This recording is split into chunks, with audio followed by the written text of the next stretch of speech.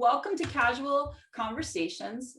We are a weekly show based off the issue of brain injury, professional women versus brain injury, and we're expanding out to cover other topics that we feel like women with TBI, their doctors or researchers will be interested in.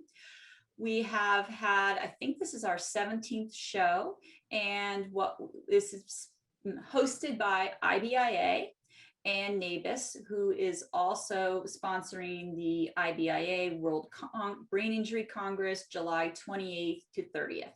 Pink Concussions will be there with 3 days of events and a separate Pink Concussions track, plus 3 other tracks of military, pediatric, all sorts of TBI topics. So keep that on your schedule. So today I would like to welcome Rachel to talk about sleep. Sleep is one of the, I would say over the 10 years I've been in brain injury, probably the rehab or the, I just had my second vaccine, so I'm not, word retrieval is a little tough today, but sleep is the thing. If there was the one big discovery that I would say that I've seen in the TBI world in the last 10 years, it has been a return or a discovery of sleep as a factor of how somebody is doing and some aspect that could be targeted for rehab. And it's a little hard sell because no one really makes a lot of money off of sleep. It's not a sexy pharmaceutical. It's not this giant zapping machine. So the people that are involved in sleep have to try to psych people up about it, but it is really, really important. So I'm very excited to have Rachel on the show. Welcome, Rachel. Thank you. I'm glad that you said it was the past 10 years because that's about when I entered the scene, was maybe 12 years ago. So I'd like to take credit for some of the boom of sleep and TBI. So I'm happy to be here, and I agree with you that sleep is something that you spend a third of your life doing, and it's always in the back of your mind. And then people don't really realize how important sleep is in the context of brain injury. And so it's something that I like to talk about, to try to share some of my excitement, to get some interest from other people, because I think it is an area that is a little bit overlooked by medical professionals, by people in the rehab facilities, and by patients themselves. When they have symptoms, sometimes they don't contribute some of their symptoms to their sleep problems. So I think just general awareness and education about the topic is really important. I agree, and it is one of those factors that's accessible to everybody. There are things that don't cost any money that you can do wherever you live, and I think it's something that I remember when my kids were maybe 15 years ago, there was this great discussion of whether you should have a TV in your bedroom or not if you were a kid, and they did a sleep survey, and I think like 40% of the kids in 5th grade had TVs in their bedroom, and it was like, oh, and who would have known that just a couple of years later they would be having screens in bed with them. So I think in general we value sleep a little less, yet it is one of those factors that if you're looking at the 12 factors of long-term brain health, sleep is on there. But before we talk about sleep, I want to talk a little bit about where you grew up. Okay, yeah. So if you can't hear the accent, which I'm sure you have picked up by now, I'm in Colorado right now, but that's not where I'm from. I grew up in southeastern Kentucky, right on the Tennessee state line. I'm from a small coal mining town. It's primarily owned by the National Forest. It's the Daniel Boone National Forest. And so it's a really underdeveloped area that doesn't have a lot of jobs. It's a low socioeconomic area. And so I spent my childhood there and graduated high school there before I moved on to get a college education. And then what was, did you jump right into the research world as soon as you were a freshman? So no, I'm really late to the game in research. I went to Eastern Kentucky University to do pre-medical sciences. So I knew that I had an interest in medicine and helping people. And the only thing that had really been presented to me growing up as far as medical fields went was if you liked medicine, then you had to be a practicing physician. And so I didn't have exposure in my undergrad education to research or research opportunities or volunteering doing biomedical research. It was something that kind of went under the radar and I didn't really see it going on around me and it wasn't presented to me as an opportunity. And so I graduated college with a pre-med degree, but knew I didn't want to go to medical school. I actually got accepted to dental school and decided I also had not a strong interest to go to dental school. And so I floundered around a little while looking for opportunities, and someone told me I should look into biomedical research. And there was a program at the University of Kentucky that your first year in the program, you actually just get to rotate through about 6 different departments. So it's kind of made for people that don't have a clue what they want to do. And so you get to do physiology and toxicology, pharmacology, and then you get to do neuroscience and anatomy. And so as part of those rotations, I got to see what neuroscience was and what it was about. And then there was a presentation by the faculty of that department as they were recruiting graduate students. They were presenting their own posters. And so I was really drawn to a poster there that was a sports concussion poster presented by Jonathan Lipschitz. And I was an athlete in high school. And so it was something that I felt a connection to as far as sports went. Still didn't know a lot about brain injury or neuroscience. And he convinced me in his poster session that that was something that I was interested in. And so he rolled the dice with me, and I told him I didn't have research experience and I didn't know anything about brain injury or neuroscience, but that I could be trained if he would put the time into working with me. And so I started my PhD kind of in an area that I didn't know a lot about and didn't know if I would be good at it or really if I was that interested in it. And then quickly found that I loved it. So it worked out for the best. That's awesome. Johnny's a great guy. He was on the first episode of our show, and he often tunes in. So that's awesome. And then what made you pivot to sleep within the TBI world? So when I started my PhD, Johnny said that he was ready to kind of start some new lines of research, and he gave me some options. And he said he was interested in some vestibular motor stuff and balance, and he kind of had an interest in sleep. He didn't currently do research in either area, and he asked me to take some time and look into them. And so I went home and I did some of my own research. And growing up in a small town where you don't have access to a lot of medical care and news is slow to reach you, I had always heard playing sports that if someone gets a concussion, you should keep them awake. So that was a big thing. If someone hits their head, don't let them fall asleep, keep them awake. And so I started kind of my literature search on that topic. So I wanted to know what the biomedical literature was that supports that. Why were people saying that? There must be a profound study that shows it's detrimental to a patient with a concussion to let them sleep. And I couldn't find a single paper that had been published on the idea of keeping someone awake. And so I took that back to Johnny and said, do you know the answer to this question? And he said he'd also heard that you should keep someone awake, but that we couldn't find any support for it. And so that's where I started my PhD, was just a simple question of what does your sleep look like after concussion? And so I was doing a preclinical model using a mouse. And so I just wanted to know, if we gave them a brain injury, what happened? Do they go to sleep on their own if you're not keeping them awake and they're not in a hospital setting where there's disruptions from nurses? Just what happens? And so kind of what you would think, they got drowsy, they had fatigue, and they slept more. And so that's kind of what you hear from immediate reaction of people who had a mild concussion. They come to the sidelines, you ask them how they feel, and typically they feel drowsy, and there's some early onset fatigue.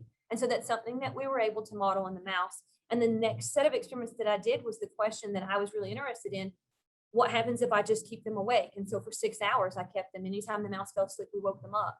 And we looked to see kind of what that did to their outcome and if it changed their recovery. And they still were able to recover, but perhaps we changed the course of that recovery, because we know that sleep disruption increases inflammation and some of the things going on in your body. So perhaps it's not the best idea. And over the course of the next 10 years now, it's not recommended, and clinicians will tell you rest is one of the best things you can do for a brain injury patient, not to disturb someone in a mild concussion setting. And if they're at home, dim lights and rest, that's some of the best things you can do for a patient. That going in and constantly disrupting them is going to probably change the course of the recovery and perhaps slow that down. So that all happened kind of in the past 10 years that I've been working in this field. But the original draw to it was because we couldn't find anything substantiated in the literature to support why so many people, why everyone's grandma, had told them, if you hit your head, don't fall asleep, don't let this person sleep.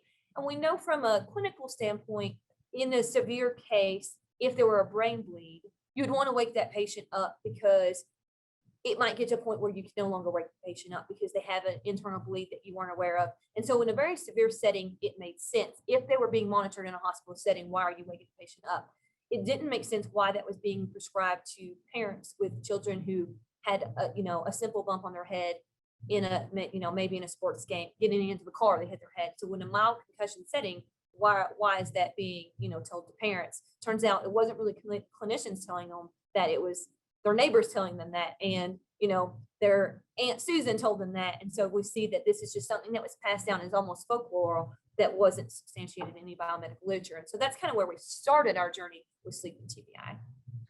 That's really interesting. And then we have the other side where when my son first had concussions in 08 and 09, then it was the dark room, massive amounts of sleep, which right away set him off. So he was sleeping during the day and awake at night. So we were dealing with that one. What are your thoughts on when people sleep during the day with concussions? So now we've moved one step further. So we went from don't let a person sleep to encourage all the sleep that they can get, keep them in dim lights and let them sleep, which is what, you said your son's got. So now kind of the field of sleep and TBI have merged together and said the best possible thing to do is promote proper sleep hygiene, which means set a routine. You should go to bed and wake up at the same time of day. And you should work in dim light settings as it gets closer to your bedtime. And if you take naps, you should limit them to 20 to 30 minutes, no more. So what happened was, when you're prescribing, let them sleep as much as they want in dark rooms, and that patient was coming home from maybe the doctor at 3 p.m. They were going to sleep. And then at midnight, they're waking up because they've been asleep for hours. And now their internal biological clock that is keeping track of their circadian rhythm is not aligned with their actions of what their sleep profile looks like. And so we were desynchronizing some of those patients. And so now the best action is, if they're tired, let them rest, perhaps minimize the stimulation that they're getting. They don't need to play video games, let their mind rest, but sleeping might not be the best thing outside of the normal hours. Just let the person sleep when they should normally be sleeping, so they stay on their normal biological clock and they get the sleep that they need. So that's kind of where it's moved to, is proper sleep hygiene is the healthiest thing to do for patients. Now, is there any differences that you see between males and females in either the rodent world or in the human world? Yep. So in the human world, sleep itself has a really high prevalence. And I think sometimes people don't realize how common it is. So you're looking at 50 to 60% of all TBI patients report some kind of disturbance with their sleep. And some papers report even as high as 80% of patients have excessive daytime sleepiness, where they have that fatigue and drowsiness during the day. And then when you get into looking at differences between males and females, it's even higher in females. So perhaps females are 1.5 to 2 times more likely to have self-reported sleep problems, specifically looking at insomnia. A lot of women report problems with insomnia. And so clinically, there is the evidence support that women might be more prone to sleep disturbances. And then looking at rodent research, like most research, especially in the TBI field, females have been left out of research for many, many years. And so my research started 10 years ago, and we only included males. My first 4 papers were all looking at males and establishing some of this basic, findings in males. And so the last 2 sleep papers that I had, actually, one was looking at the difference in males and females, and this last one was females only, looking at, more specific to females. But our paper says that perhaps there are differences, that a lot of the early sleep response that we see, so the sleep that you would have that makes you drowsy in the 24 hours, 48-hour period, we think is driven by an inflammatory response. So you have early regulation of pro-inflammatory cytokines that also modulate your sleep. And so we kind of looked at that as the pathological response, and there was a difference in inflammation of males and females. And so we had higher inflammation in the females, and then they did have a different sleep profile because of the change to the inflammatory profile. And so we do think that there's a change.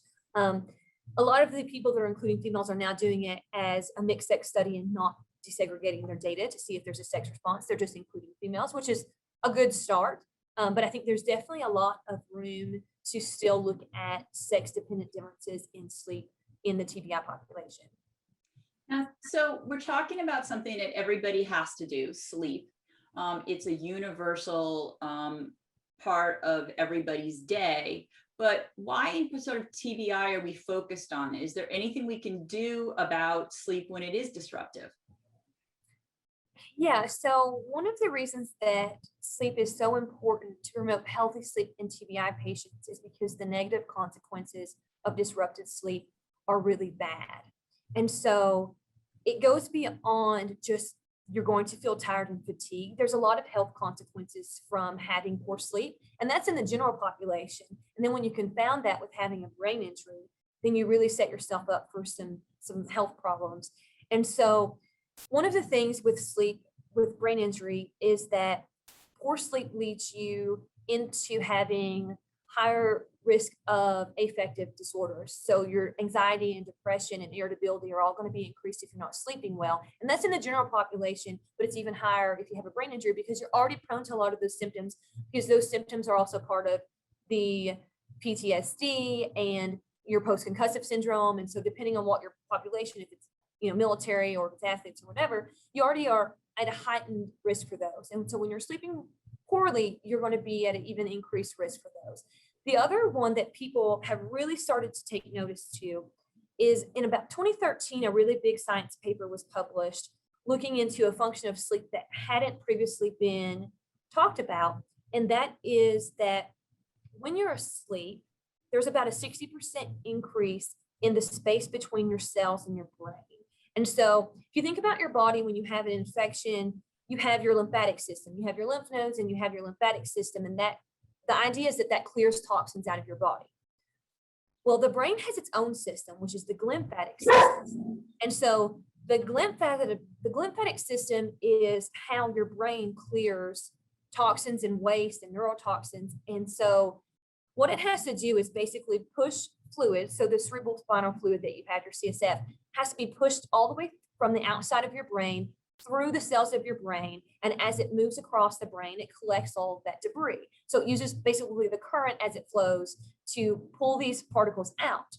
But there's not a lot of room in your brain for these things to move. So it's kind of like a tide. It's like the tide taking out. Yeah, so it's a convective current. It's a tide. And so what they found was that the space in between these cells increases by about 60% when you're asleep. So when you're asleep, your cells get a little smaller and all the space gets larger. So that tide, that wave can come through while you're sleeping, and it actually clears all of these toxins and particles and debris. And so in a brain injury patient, you've got cellular damage, you have particles that need to be cleared, but you also have an aggregation of things such as amyloid beta, which we know that if it doesn't clear, it starts to aggregate. And as it aggregates, it's one of the things that leads to the cognitive impairment with Alzheimer's disease. So we know that brain injury patients are at a heightened risk for neurodegenerative diseases and Alzheimer's disease. And so one thing that could be going on that makes sleep really important, healthy sleep in TBI patients, is it is your body's mechanism to clean house, basically. And so if you don't allow yourself the proper time to sleep, then you don't get this clearance process. And as these particles start to collect, if there's something such as a sticky particle and they can start to aggregate, then you are going to start to get these aggregations of neurotoxic proteins that can lead you to get an earlier onset of dementia and Alzheimer's disease. And so now it's become even more important to really encourage patients to have healthy sleep so you can try to prevent some of these downstream things. And there, the new literature suggests that sleep impairments actually precede the onset of Alzheimer's disease in dementia patients. And so if you have disrupted sleep, it could be kind of a biomarker that you have underlying pathology.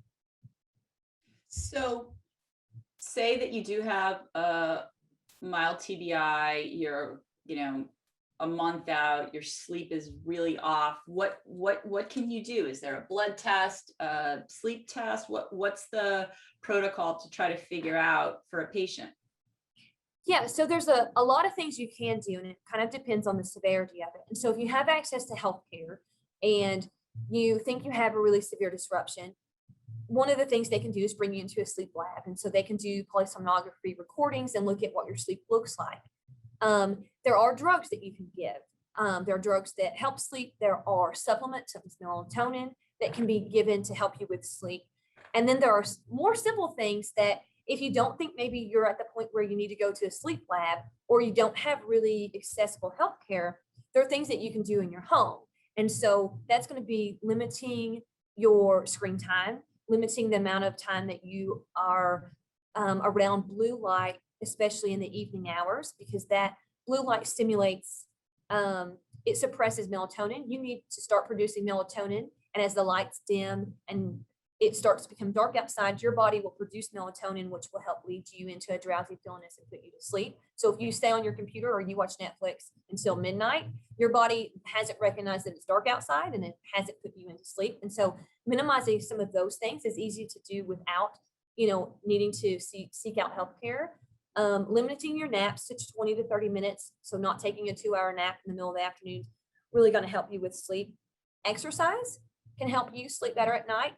And sunlight. So being outdoors, sitting outside to drink your cup of coffee and just getting some sunlight exposure. Sunlight helps with your natural biological clock. And so just getting some vitamin D can help with your sleep. And all those are, things that can be done outside of a sleep lab that are places you could start before you seek medical care. You can look at that, stimulants, coffee, nicotine, and alcohol, as a depressant, all can also affect your sleep. And so looking at some of the things that you're consuming in your body can kind of give you an idea of what your sleep, might be affected by.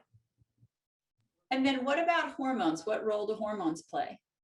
So hormones are really important, which is why the title of this talk also includes kind of endocrine issues. And it also might be one of the reasons why female profiles look different than male profiles when you're looking at sleep.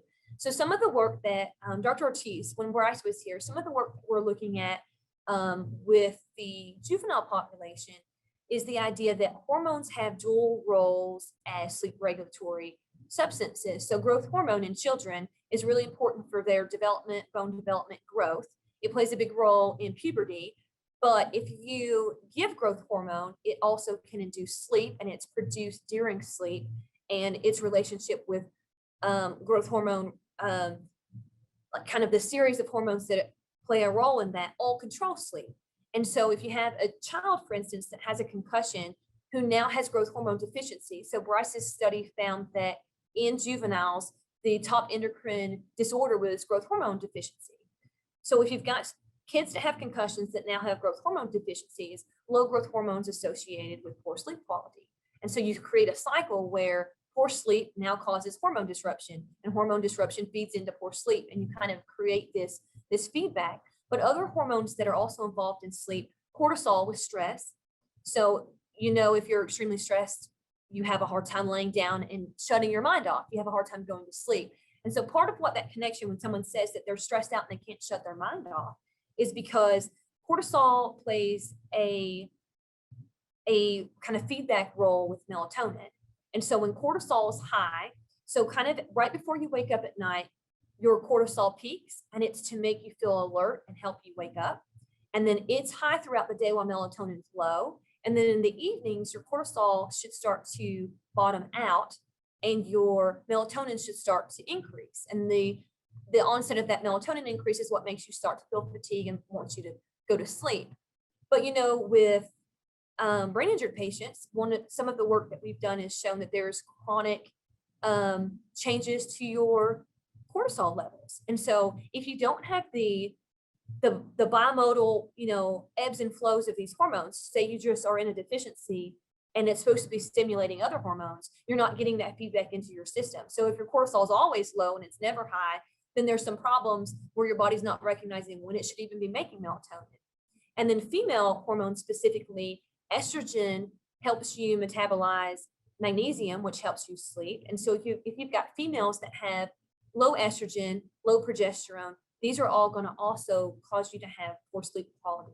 And looking at males, testosterone, low testosterone causes sleep disturbances. And we know that, especially in veterans, there's a large population of veterans with TBIs that have chronically low testosterone levels. And so this can be affecting their sleep as well.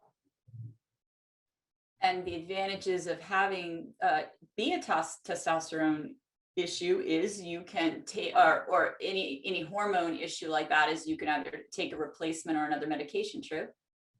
Yeah, and so that's something that I think is really exciting about the field of sleep research, is that we're not waiting on the gold bullet drug that's going to cure all this. They're all available. So if it's a hormone issue and you go in and your doctor runs a hormone panel and they find that you have low, sex hormones, then it's pretty easy. You just take a replacement hormone, and once your levels are normalized, that can fix your sleep. If you've got a child who's got growth hormone deficiency and you're able to identify that at, the proper time, then you can give that child hormone replacement therapy and you can perhaps fix their sleep. If your melatonin is not producing high enough levels, you can take it as a gummy vitamin. And so a lot of the things that we need to fix these problems are fully available. The issue is that people are overlooking them. So you're not typically either relating your irritability, for instance, or depression. You're not asking yourself, is it actually because I have poor sleep? Should I be addressing the sleep? Instead, you're addressing the depression, maybe with a drug. And then if your sleep isn't actually fixed, then it doesn't matter that you're taking an antidepressant. Your sleep is continually making your depression worse. And so it's really getting the awareness to the clinicians to say, make sure you screen all your TBI patients. Ask them about their sleep. When you you do an intake form on someone that has had a concussion, and you're asking them, do you have pain? Do you have sensitivity to light? Do you have a headache? Ask them, do you sleep the same as you did prior to your brain injury? And it's, really as simple as just getting some of this information in the hands of the clinicians so you can get the resources to that patient to address some of the issues. There's a question in the chat. Aside from melatonin being useful, can you please address the efficacy as well as the long-term risks to early onset dementia from pharmacological sleep aids such as TRADO, trazodone? Trazodone. You're using big words there, the audience. Yeah, so most medications are going to affect your sleep. And so it's you're balancing the benefit versus, the risk reward. And most of the time, the medications that you're given for dementia are to address the cognitive symptoms, and the cognitive symptoms are an important thing to address. So most medications that you're giving for, dementia and Alzheimer's disease, you should take regardless of how it might change your sleep profile.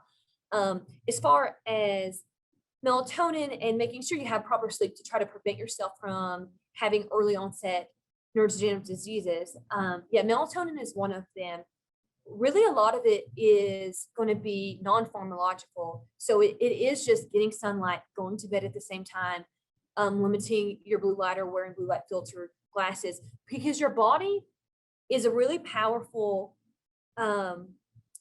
machine, basically, that can regulate your sleep. So you have the sleep center in your brain, the suprachiasmatic nucleus, that has cells that run on cycles, basically 12-hour light, 12-hour dark cycles. And if you take a single cell out of that part of your brain and you put it in a petri dish, it will continue to cycle by itself with no input from any other part of your body. It will continue to cycle in a circadian rhythm.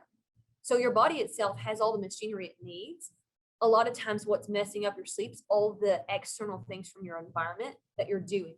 And that if you give yourself proper time to rest and kind of reset, you'll do it, which is why shift workers, or if you change time zones and jet lag, you don't have to do anything to fix that. Eventually your body will reset. So there's people on an oil rig basically that works a 14-hour shift, night shift, and then they switch 14 days night shift, and then they'll switch to 14 days day shift.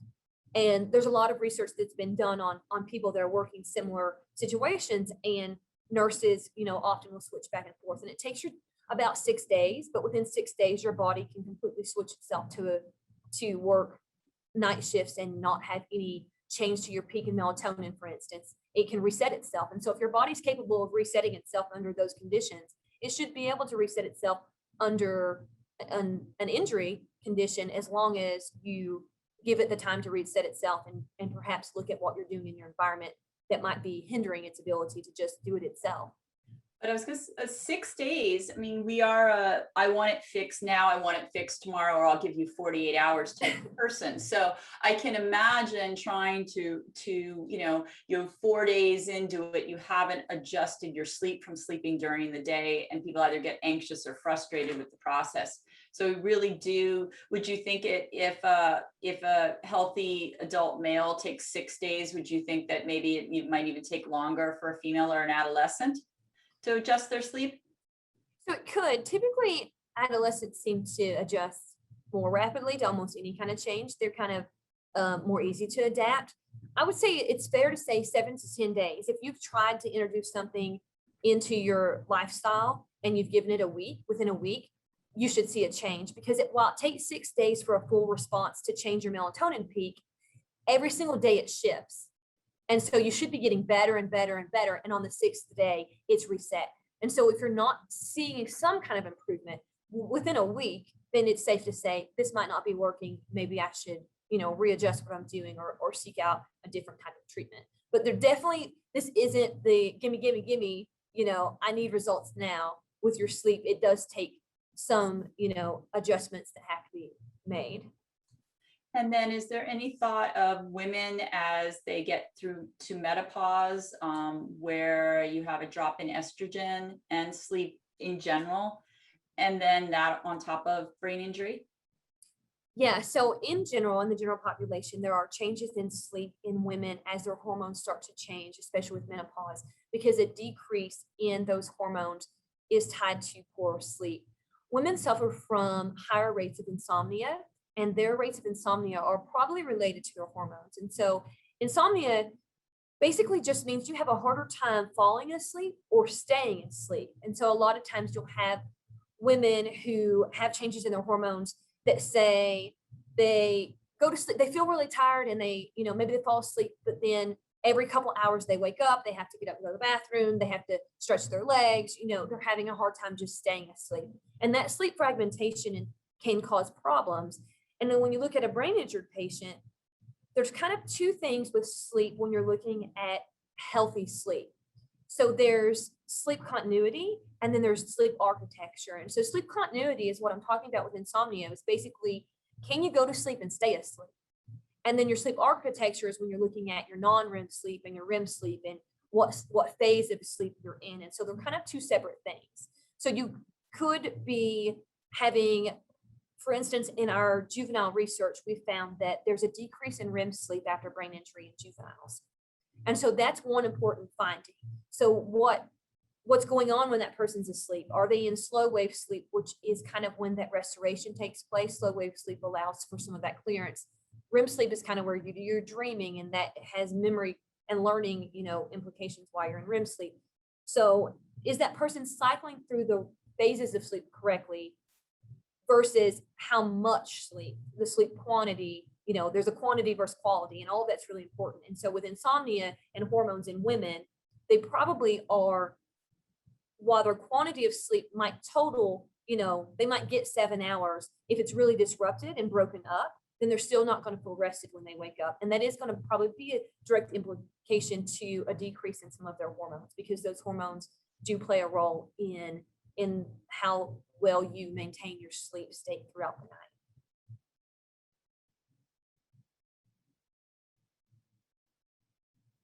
There's so many questions I want to ask you, but I do want to give the audience a chance to talk to you. My last question is about, there's so many different sleep tech devices, wristbands, downloadable apps.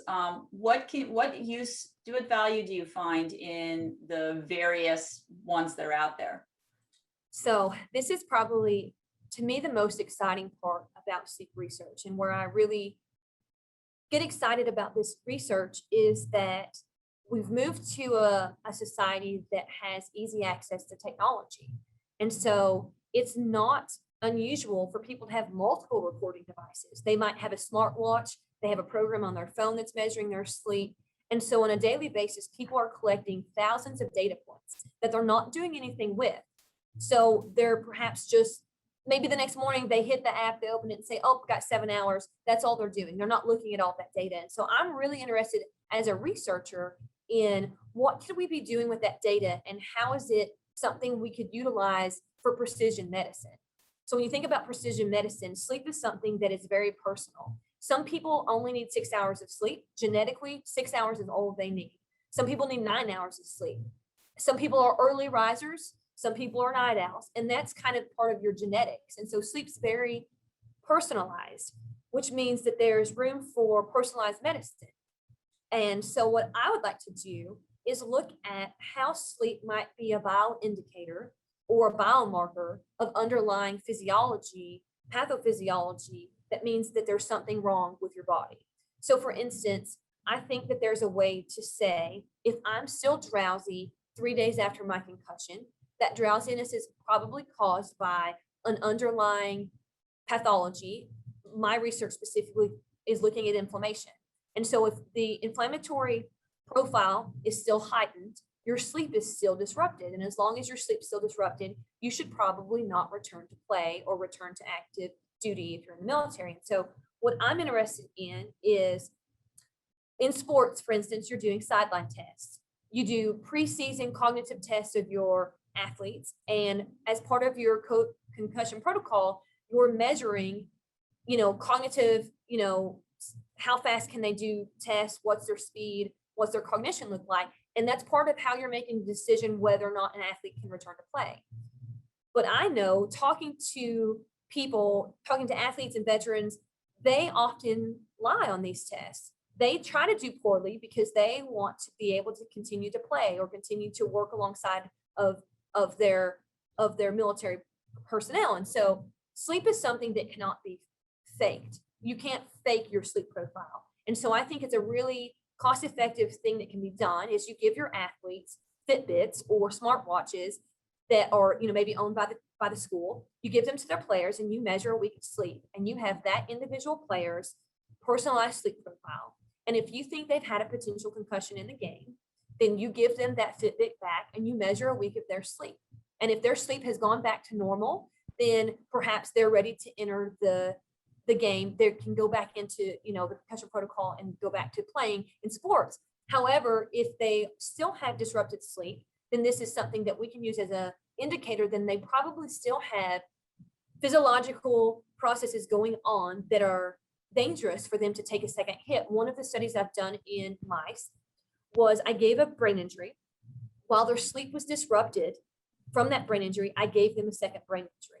And I found that if they got a brain injury while their sleep was still disrupted, as opposed to a second brain injury after their sleep had recovered, they had worse outcome behaviorally and histopathologically. When we looked at the cellular damage, they had more neurodegeneration if we gave them, and we're looking at a difference of a few hours. We waited a few hours. If they had heightened sleep when they took that second hit, it did catastrophic, damage to these mice. And so I think all of this can be incorporated to what our sideline concussion protocols look like or our veterans.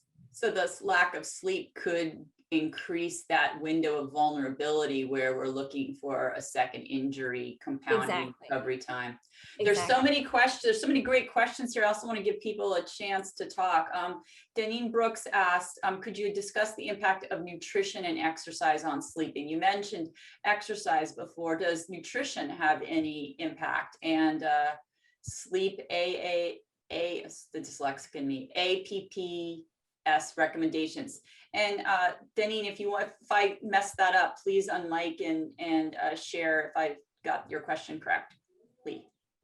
Yeah, so one of the places where nutrition and sleep is researched is in the population of underserved areas where there are children that are on free and reduced lunch. And so there's research to show that if children are in a caloric deficit, for instance, they don't have access to proper food. If your body's in a caloric deficit, then it's going to change how your body sleeps, because your sleep your body can only focus on kind of one problem at a time. And so if it's focused on the fact that it's starving, then it's going to change how you sleep, to the point that eventually you'll have a disrupted sleep because you're waking up because you're hungry, something like that, to where your body needs to just go into sleep almost as a hibernation because it needs to conserve the amount of energy it has. And so there's extremes with that. More general to the general population, a more balanced diet, looking at what you're eating, a healthy balanced diet, especially in children, minimizing sugar, for instance, the way sugar is metabolized is going to change your sleep profile. And so the healthier you can have someone eat, the better off they're going to be when you're looking at their sleep. And then how accurate are these Fitbits in measuring sleep? And if for someone that's suffering from sleep, would the first round of defense to get one of these and see what you can figure out on your own and then head to a sleep doctor? So they are becoming increasingly more accurate. So first generation, Fitbits, for instance, could only tell you motion. So it was basically looking at whether or not your hand was moving. And if your hand wasn't moving, then perhaps you're asleep. The late stage, the newer generations of smartwatches and Fitbits are combined to not only look at motion, but it's paired with your heart rate. And some of them even do body temperature. And all of that makes them very accurate. We're looking at 80 to 90% accurate with polysomnography if you've got electrodes connected to your head in a sleep lab.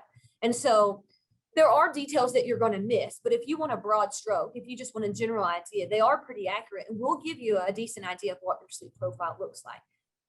And the more advanced you get into the medical type bands that you can get, they're going to be even better. But it just straight off the Walmart shelf, the Fitbit's going to give you a pretty good idea.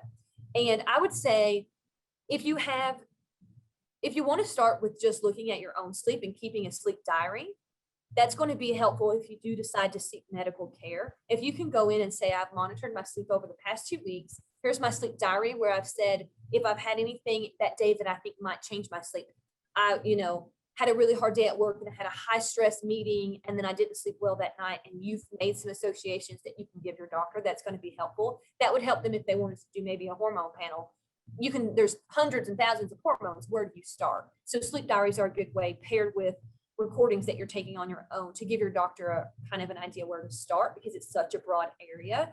But I would say, yeah, it doesn't hurt to look at your own sleep.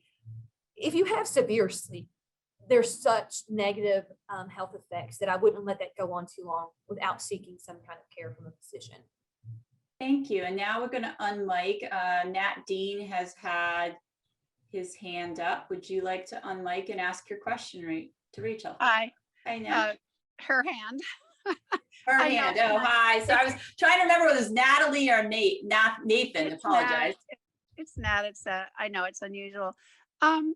So a couple of questions. I've had some cases where someone has been admitted through the ER and then they go into the care determination unit because they really don't know what happened to the individual, and then they're in acute care. And without the natural light source, I was wondering how effective you found the light boxes to be that stimulate sunlight. That was one question. The other one was, in there's alcohol toxicity we did not know about until later, when the patient began to become more conscious and self-disclosed. They'd been doing some pretty serious, taking the hot bath, not depriving themselves of food, and then knocking themselves out with alcohol. And this had been going on for months. The patient their breathing would diminish. They would stop breathing. And the hospital said, you can let them go, or you can do the knuckle and the sternum that causes them to, reestablish a breathing pattern, because it's a high pain sensor. If that was a good idea or not a good idea. And I know I'm combining three questions. There are quite a few people in the population that are melatonin sensitive. It's actually a toxicity to their system. Do you recommend other natural herbs such as chamomile or other related types of herbal medicines versus, say, going straight to the pharmaceuticals of trazodone, Ambien, etc.? So I know those are three things that maybe can be addressed later. You can get my email from Catherine. Yeah, so I'm happy to get your email. I'll do kind of a quick general answer on a few things, and then we can definitely further our conversation. So one point that you brought up is really important, is the setting in hospitals, especially for TBI patients, if they're going to be there overnight or longer, weeks perhaps. How are they affected by fluorescent bright lights of hospital? And so there's a couple groups in Canada that have been doing really good research looking at patients that have had severe TBIs and they're in the hospital, of changing the lights that's in their room, as far as the filters that you can put over these lights, giving them the right spectra, of light to kind of diminish the fluorescent lighting and do the artificial sunlight, and try to let their body stay on a normal 12-12 cycle. And so that is something that people are doing, and it is important. If you're going to have a patient that's in a long-term care facility that's not going to have access to sunlight, or that the lights are going to be on a lot because maybe nurses are coming in throughout the night, there is good research to support that And artificial light. I think we've learned that by looking at the changes in neonatal intensive care. Exactly. So Is there that is the light and sound input has been identified as extremely important, but why did we forget that when it came to adults who are in reading up exactly. for So months on end? They're kind of starting from, they're in their adult neonatal. so there definitely is research to support that it is worth doing, and something that people should consider when we're allocating resources to long-term care units for TBI patients, is making sure that that's something that you can control. Alcohol with sleep is an issue because basically, if you think about it, you're just passed out, you're blacked out. And so that type of sleep is going to be different than the type of sleep that you're getting if you're naturally cycling through. So typically when you go to sleep, you start out in a light sleep, so you're easily aroused and you're in early stage non-REM sleep. And then it's basically a continuum where it gets deeper and deeper. Your sleep kind of cycles through, and then you go into REM, and then you come back to light sleep. And you need to go through those cycles to get the full benefit of sleep. Whereas if you have alcohol-induced sleep where you're passed out, you're not going through those cycles. You're never going back up to a light sleep where you're easily aroused. You're just kind of, you're dead sleep. And so that's also some of the issues with some of the sleep aids, with Ambien and some of the sleep aids. If that's a stronger sleep aid than you need, then you also run the risk of not being able to cycle through the cycles that you need. You kind of just put yourself into a deep sleep and you stay there. And some of the restoration of sleep might happen during some of the lighter sleep periods when you're not as deep in sleep. And so that's important. And as far as the breathing and waking them up, I don't feel comfortable giving you medical advice on that. I've not really experienced needing to arouse someone because of shallow breathing associated with alcohol. So I'm not sure about that one. Thank you so much. I think You're the restorative qualities of the sleep and the individual's loss of the restorative, I can't pronounce it right, but the sequence, sequelae, however you say it, of establishing natural sleep patterns when they've lost that, like how do we get them back there, is so important. Thank you so much for your excellent information. This is great. Thank you. Welcome. And Rachel will be presenting. We are hoping that Rachel will be presenting more at the IBIA virtual conference. So we'll let you know about that. A question in the chat is, do you have any experience with REM sleep behavior disorder in the context of TBI? So I don't have personal experience, but it is one of the things that's listed. So there's kind of disorders and there's syndromes in sleep. And so REM sleep disorder is one of the things that is in the literature as a potential side effect of brain injury, along with restless leg syndrome. People don't really think about that being something with sleep. There's a heightened chance that you'll start sleepwalking, which also is a little bit associated with REM sleep disorder. And so all of that is beyond, when we think sleep, we're thinking how much do you sleep in and how often are you going to sleep? But brain injury actually affects a lot of other syndromes. Grinding your teeth and clenching your jaw is increased in TBI patients, which is considered also a sleep disorder. Obstructive sleep apnea is increased. And so I've not looked into it a lot with my research, but I do know that you are at an increased risk with brain injury for sleep syndromes that include REM disorders. But we have seen that we have a decrease in REM sleep in our juvenile rats that we've given a brain injury to, which parallels what's been found in the literature. Patients that have brain injury, it's been reported that they do have a decrease in REM sleep, their ability to go into and stay in REM sleep. Another question I just thought of, occasionally the adolescents and maybe young adults are prescribed ADHD medication when they have focus and executive functioning issues, weeks and months after TBI. Would you say that the sleep should be ruled out before going to a stimulant in that way?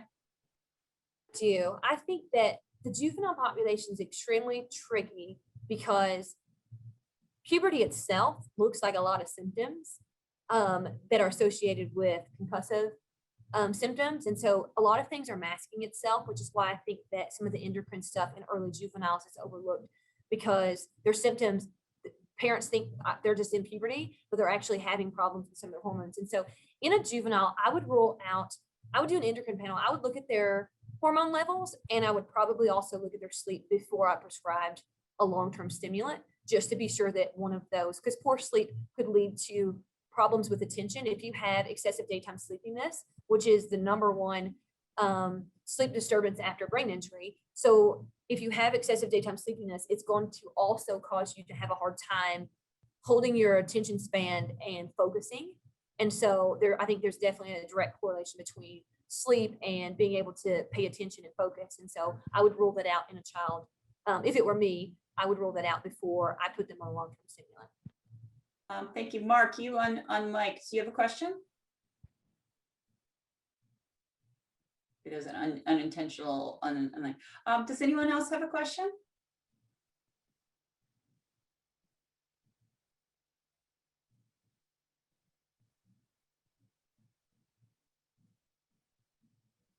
I have another question here in the chat. If anyone wants to unmic, they can ask a question, or I'll keep reading the chat. Anyone familiar using Nuvigil or Provigil for weight Nuvigil or Provigil? Sleep regulation in TBI patients? The med was developed for swing shift disorder. I do not have experience with those. No. And one thing, another personal question of mine. So it's about 10:30 at night. You're starting to get sleepy. You kind of dozing off, and then you kind of push through because you want to finish one more Netflix episode of Love Island, and then you get this second wind, and you're like, "Oh, got my second wind. I can stay up till 12:30." What is that second wind, and what is our body telling us when we think we superiorly beat it from the sleepiness we have? So one thing that it could be, when we talk about hormones that are related to sleep, we simplify it more than it is. And so, for instance, we say cortisol, we think of as basically it goes up right before you wake up, it peaks, and then throughout the day it starts to get lower, and right before you go to bed it should be the lowest.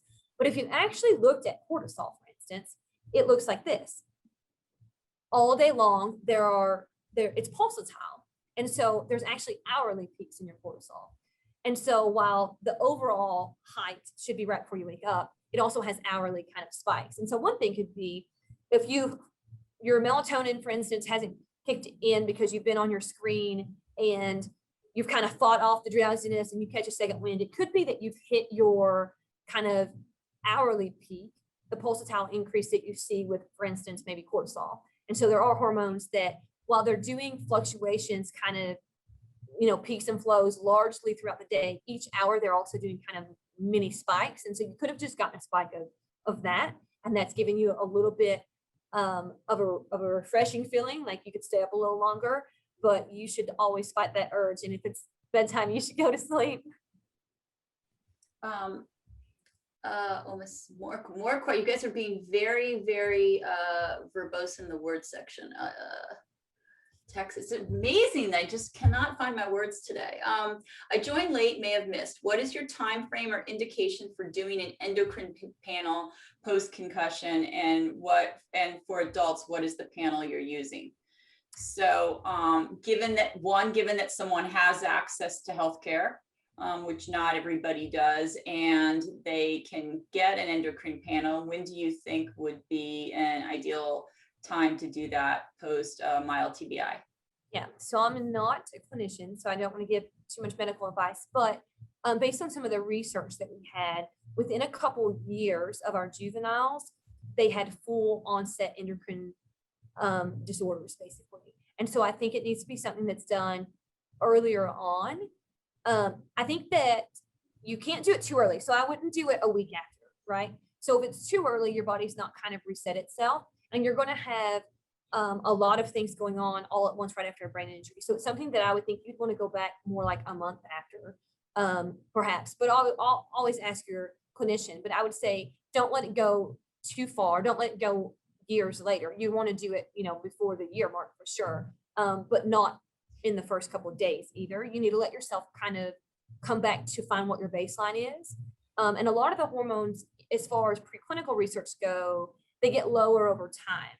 And so they're a little low in say you're looking at rats, they're in a deficit, and then you go 6 months out and they're further in deficit, and you go 1 year out and they're further in deficit. So it's something that it might not get picked up on the first one, but if you do a repeat panel later on, if you get a good baseline for yourself, it'd be worth looking at comparative panels across time to see if your body's holding that baseline or if you are declining over time.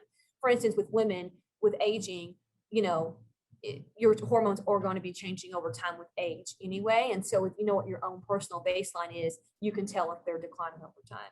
Oh, that's a really good point. I know the military protocol is that a year after a male's mild, I think it's mild, moderate TBI, they do a panel because they know for that year that the hormones are going to be jumping around. Yeah. Well, there's so many more questions, but we are at our hour mark. Where can people find more of your research? Do you have any more talks out there, TED Talks, or where they can get more of you? So I don't have a TED. I would love to do a TED Talk. I don't have a TED Talk. Hopefully I will be doing maybe some more speaking at the IBA conference.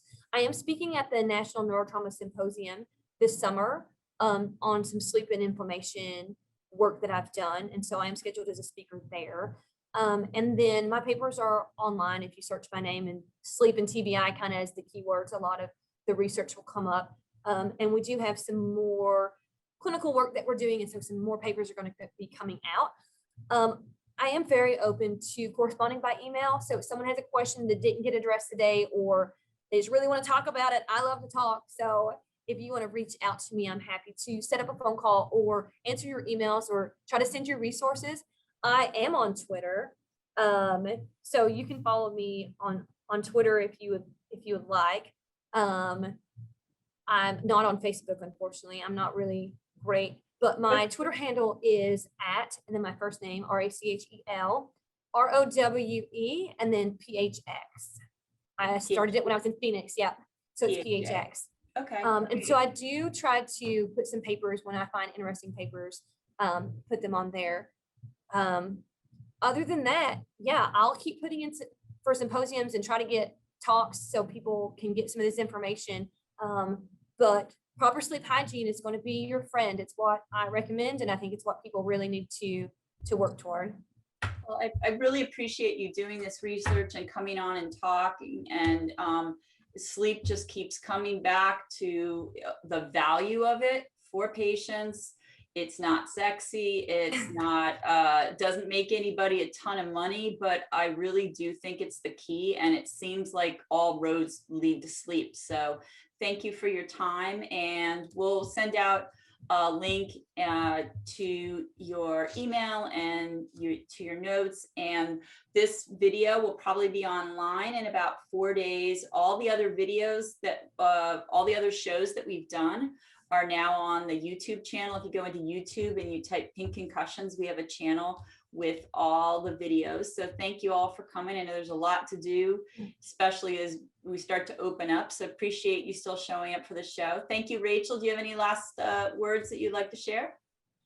No, that's all. I do see a comment in the comment box that I will. So the idea, it says research has provided a rationale for keeping victims awake after brain injury. So like I said, so in the medical setting, there definitely is concern if someone might have a severe brain injury. The waking someone up is to look for brain bleeds. And so that is something that with certain populations, it is a valid thing to do. So you have to kind of weigh if you think there's reason to think there's a brain bleed. But for the general mild concussive population, it's not a concern. But I do agree with that comment that in some, there is valid concern that there might be a brain bleed in some people, which is why they're waking them up in a clinical setting. So. Well, thank you, Rachel. Really appreciate your time. Thank you, everybody. Next week, we'll have Kyla Pierce on from Love Your Brain Yoga. I just did the 4-day yoga training program. I am not a yoga trainer, but I wanted 4 days of Kyla. So she's going to come on and share about the research that she's doing around yoga and brain injury and how it can best be suited virtually from their in-house project. So really appreciate everybody's time. And if you have interest in doing Fitbit sleep research, please contact Rachel, because I think her idea is great. And if that interests you, let's see if we can get a research project going out of this call. So thank you, that'd be Rachel. great. Thank you all for your time. And I'll let you know how my sleep goes. I haven't wanted to do the Fitbit, but I'm inspired by your talk. So thank you. Everybody take care. Bye.